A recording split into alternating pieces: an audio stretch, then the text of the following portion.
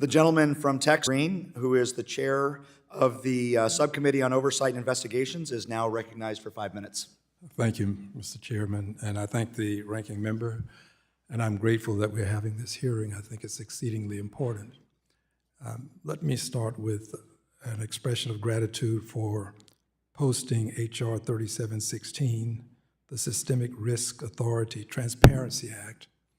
I think this is an important piece of legislation because it will allow us to have timelines similar to those that we had after the failure of some significant institutions. Having said that, Mr. Ryan, you do believe that we should raise the FDIC limit, is this correct? Correct. And have you announced a number? Well, we've done some surveying of mid-sized banks across the country, and we believe the number of around $10 million would cover 90% of those total accounts.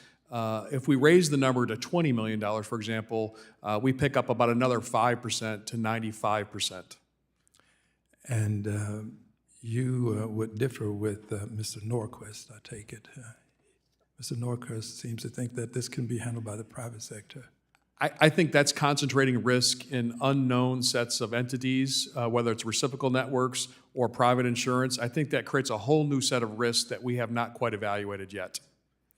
And Ms. Castillo, it seems that you're okay with raising, but you're not sure that it's the proper thing to do right now. I'm not sure that I've characterized your position appropriately, so if I have mischaracterized, would you please help me? Thank you, sir. I believe that any change should be data-driven and that we should look at what the data is telling us and then let that drive policy. Right now, when I look at my customer base, I'm able to use market tools right now to cover just about any deposit that walks in my door. And utilize reciprocal networks, pledging securities, or using a letter of credit from the Federal Home Loan Bank. I can take care of any customer. I also pay them interest. And so for me, I would not be moving my customers to non-interest-bearing accounts. I view myself as a trusted advisor. We're in an interest rate scenario right now where interest rates are higher. So when a nonprofit comes to me and they've got $1 million, I'm going to counsel them on earning interest on that. I'm going to have to move on. Yes, Thank sir. you. Mr. Furlow Yes, sir. Thank you, Congressman. from for the question. Texas. Yes, sir. Looking at what we did as we put together our ETAG proposal and our two-step proposal was to go back to 2023 and deconstruct what was literally happening at that time. And I think you may recall, everyone was asking the question, do we need more than $250,000 in coverage and raise that limit? We were talking about maybe $500,000, $750,000, $1 million. The highest number I heard during that time frame was $2 million. So the question that then becomes is, well, where is the right threshold?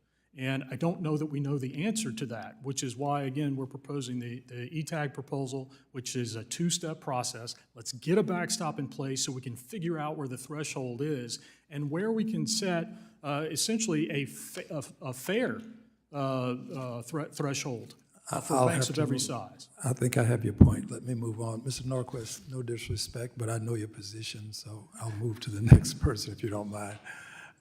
Sir, your position, please. Yeah, I think a change to the regulatory framework for deposit insurance is incredibly important to study, and it should be empirically based, whatever the threshold amount is. Today, we only have a single system of deposit insurance for a handful of different account types at $250,000, but the conversation we're having now is a separate classification of non-interest-bearing transactional accounts, and I think that— Let me do this because time is limited and I've got 50 seconds. Permit me to ask you, Mr. Anderson, do you think that this can be accomplished with the process that Ms. Waters has proposed? Because in the rulemaking process, you do acquire empirical evidence before you make the rule. I think the proposal that Ranking Member Waters has put forward is incredibly thoughtful, and I think there are components of it that should be applied directly.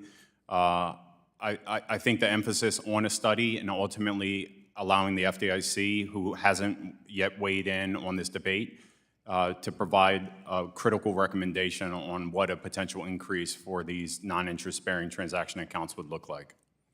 Well, thank you. I am supportive of the legislation proposed by Ms. Waters. I'm hopeful that we can move this legislation. There are many community banks that do believe they need a higher limit to attract business customers. Thank you very much. I yield back. The gentleman